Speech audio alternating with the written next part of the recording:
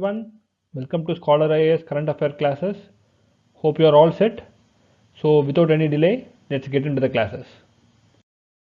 The first article is on asteroid impact. Okay, this is an article from Indian Express. Students, this article is related to both prelims as well as mains. In mains, it is related to GS3 paper, technology section, as well as in GS1 paper, geography. And in prelims, it can be related to current affairs, okay, and also in general science. First, let's understand what is in the news. A large asteroid of almost the Burj Khalifa size, so it's the tallest building in the world, so of that size is expected to pass close to the earth, and it is believed that it would not cause any damage to the earth. So this is what it is about. Let's try to understand what is this asteroid about and what are the factors that are involved in it. Okay, so the asteroid has been classified as a near earth object. Okay, so any object, any group of asteroids or comets that are attracted to nearby planets due to our gravitational attraction, due to the planet's gravitational attraction, are basically referred to as near earth objects. And these objects are mostly composed of water, ice, dust particles, and they come close to the earth when they are revolving around the sun, when they are orbiting around the sun. And this particular asteroid has been listed as a potentially hazardous asteroid, PHA. Okay, so this classification is based on the threat level that the asteroid poses to earth. Okay, and this is done by NASA, and PHAs are defined, NASA defines PHA as the based on the minimum orbit intersection distance of 0.05 angstrom unit. Angstrom unit is nothing but a measurement unit of wavelength of light. Okay, so students, you will have to understand, you will have to remember two things here.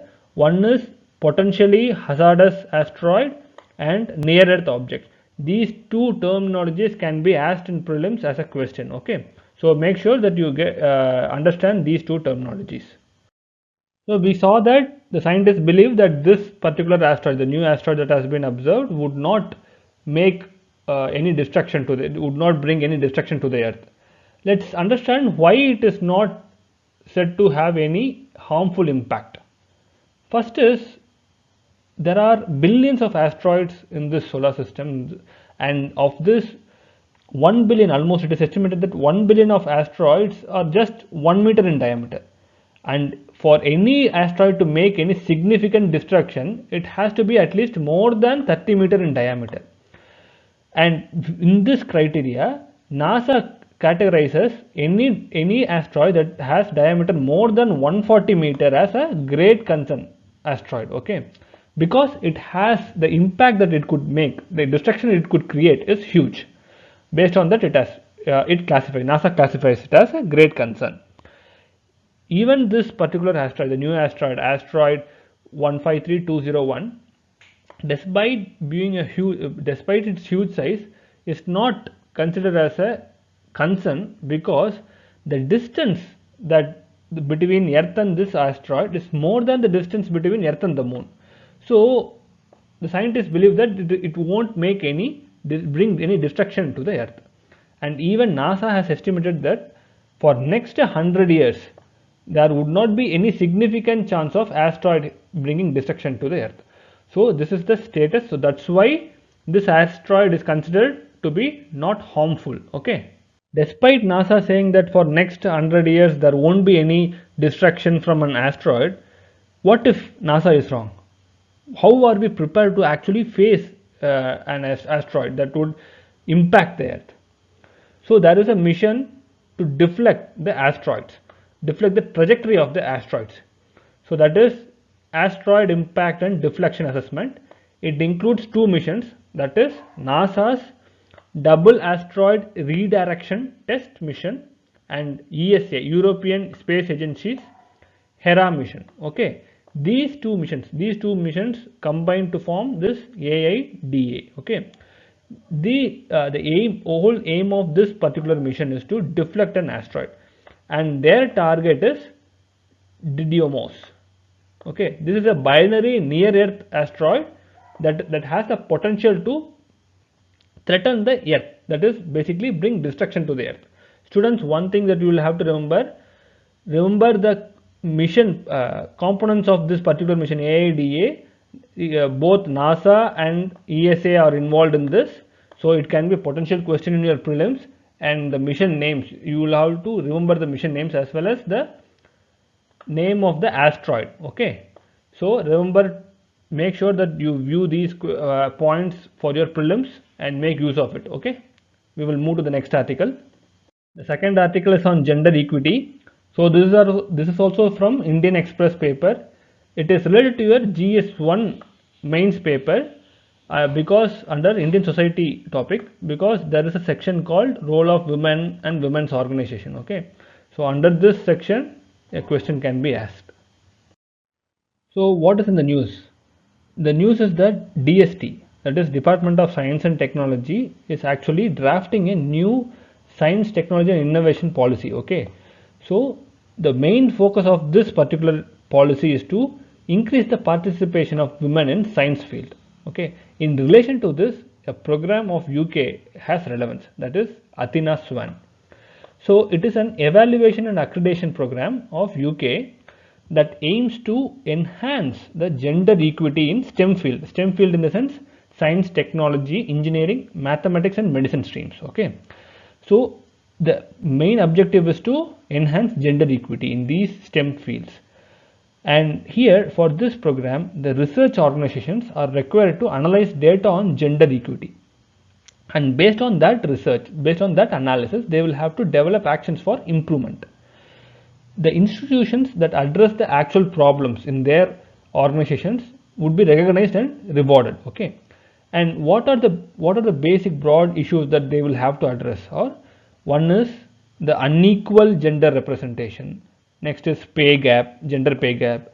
Next is the obstacles that women face in career development, and discrimination for transgender people, and sexual harassment. These are just an example of such issues.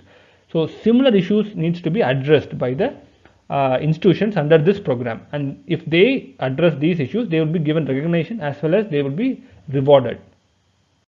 Based on the assessment done by under this program, a 2019 report stated that 93% of the participants in this program had a positive impact on gender issues. That is, it created an impact on equality and diversity issues. Okay, so basically it improved the career progression of women. It had a positive impact by uplifting or enhancing the opportunities for women in the STEM field. And they also said that it had led to 400% increase in Athena Swan application for medical streams. So what does this have for India? What does this contribute for India?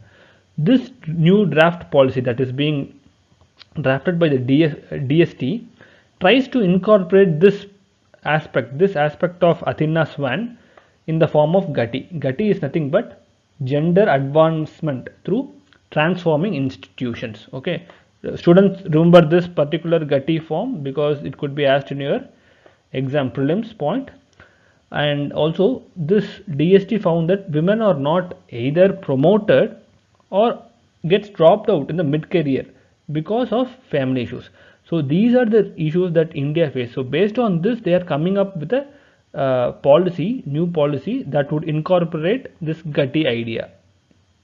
So now we know the broader issues faced by women in the STEM field. So where lies the solution to address these issues? See, and in DST policy, the draft policy aims to bring in the change through institutions, because most of the institutions are under government control, and through policy recruitments and promotions a direct impact can be made.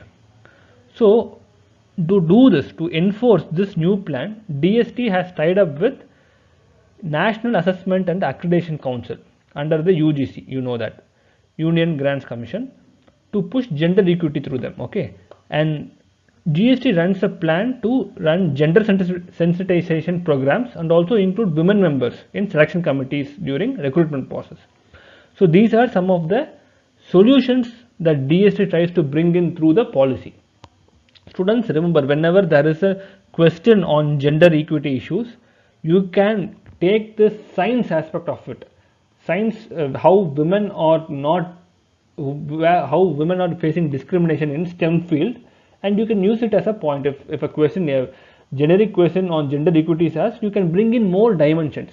This is a possible dimension where you can use these points and make your answer better than others. Okay, so make sure to make a note of these points. Okay, the final article is on malnutrition. So this article is from the Hindu. This is related to your GS2 paper. Okay, mains, and under the section issues relating to poverty and hunger. So this article on malnutrition has surfaced because of two reports that have been released. One is State of Food Security and Nutrition in the World 2020, and the next one is 2020 Hunger Report. Students, very important, these two reports are very important. They might ask you a question asking which organization releases it. So the first one, the State of Food Security and Nutrition, has been released by FAO, Food and Agriculture Organization, and the 2020 Hunger Report has been released by Bread for the World Institute. Okay, remember this, it is very important for your prelims. And second one is, second point is, there are indicators that they have come up with. One is prevalence of undernourishment, and next one is prevalence of moderate or severe food insecurity, PMSFI. So these two indicators indicate that, show that India is the most food insecure countries, one of the most food secure country. Okay, and the report also indicates that India has the highest rate of stunning and wasting among South Asian countries. So POU measure, that is the prevalence of undernourishment, measures the percentage of people consuming insufficient calories. So this is what POU measures. This is also important for your prelims. They might ask what it is related to, what is POU related to. And PMSFI, this indicates the percentage of people living in households that are severely or moderately food insecure. Students, remember these two indicators, they could again potentially ask in prelims. So as per the report, India has drastically reduced its poverty levels, but malnutrition has not declined at the same phase as poverty. So it is estimated that India has reduced POU, that is the prevalence of undernourishment, at 24.7% between 2001 to 2018. But still it is less than our neighboring countries like Nepal, Pakistan and Afghanistan. And even in India, 375 million people of the total population was moderately or severely food insecure in 2014. Now this particular count, the population who is moderately or severely food insecure, has risen to 450 million in 2019. Students, there are many facts involved here. These could be used for your mains answer writing to substantiate your answer. You do not need to remember all the numbers and figures, but you can get a broader idea about India's position. So how it has, either it has worsened or how it is performing comparative to its neighbors. So this can be used in your answer to substantiate whatever points you are conveying. Okay, what are the issues? See, we know that Parliament legislated NFSA, that is National Food Security Act. The main objective of the act was to provide quality food grains at affordable prices. But what has happened? It did not, under this NFSA, pulses were not included. Similarly, it also excluded many potential beneficiaries. So this impacted the nutrition level of the people. And in the current situation, that is during the COVID pandemic, this situation would have worsened further because vulnerable groups are prone to malnutrition. So how do we tackle this issue? The way out is to universalize PDS, that is the public distribution system, and distribute quality food items, and innovative interventions are needed, like community kitchens that they do in particular religion, like Sikhism brings in community kitchen. So these kind of innovative ideas, innovative interventions are needed. Second thing is, the major work should be on utilization and expansion of existing programs. Right now, NFSA is a good program, but it is not catering to all the beneficiaries. There are potential beneficiaries who are left out of the program. If they can be brought in and this scope of this program can be expanded, then they would be able to get the benefits of this particular program. So these are the things that needs to be done to avoid the issue of malnutrition. So students, we have come to the end of this session, end of this class. So hope you are all happy with the class. If you want more videos, more content on current affairs and more content on static part, please visit our website scholar.com. Happy learning. See you. Bye bye.